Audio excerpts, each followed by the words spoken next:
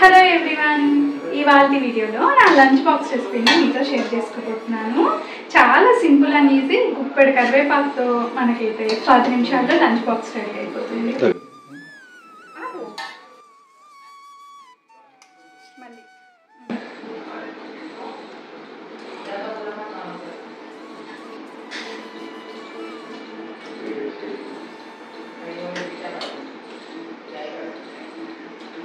Taste అయితే super ఉంటుంది, తప్పకుండా ట్రై చేయండి. మా అత్తగారి ఫేవరెట్ రెసిపీస్లో ఇదొకటి.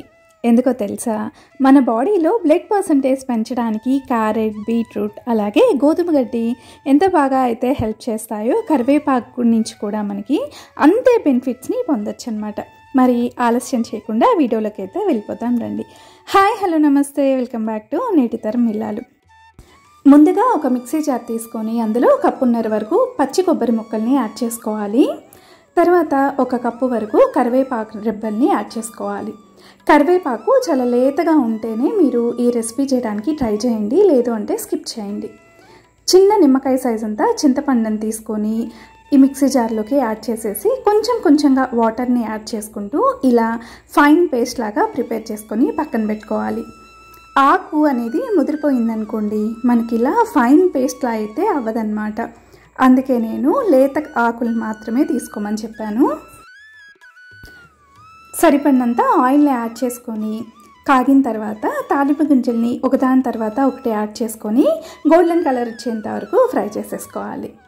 ఇక్కడ నేను 2 గ్లాసెస్ ఆఫ్ రైస్ తీసుకున్నాను. అందుకోసం 5 పచ్చిమిర్చిని చిన్నగా ముక్కలుగా కట్ చేసేసి యాడ్ చేసుకున్నాను.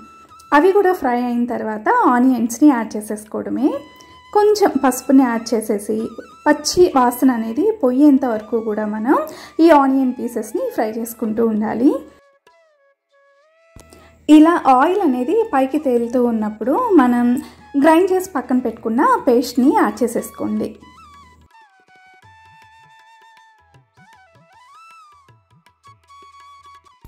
రుచికి తగినంతగా సాల్ట్ యాడ్ చేసేసి ఒకసారి మిక్స్ చేసి 2-3 నిమిషాల పాటు ఇలా మిక్స్ చేశారనుకోండి, దాని నుంచి మనకి మంచి స్మెల్ అనేది వస్తుందన్నమాట. ఎప్పుడైతే మీకు స్మెల్ అనేది వస్తుందో అలాగే ఆయిల్ అంతా కూడా పైకి తేలుతుందో అప్పుడు మనకి ఫ్రై అయిందని అర్థం. తర్వాత ఉడికించుకున్న అన్నంని యాడ్ చేసేసి మిక్స్ చేయడమే. అంతే, ఎంతో రుచికరమైన కరివేపాకు రైస్ రెడీ అయినట్లే. నచ్చిందా రెసిపీ? అయితే మీరు ఒకసారి తప్పకుండా ట్రై చేసి మీ కనుక టేస్ట్ నచ్చితే మీ ఫ్రెండ్స్ అండ్ రిలేటివ్స్కి షేర్ చేయండి.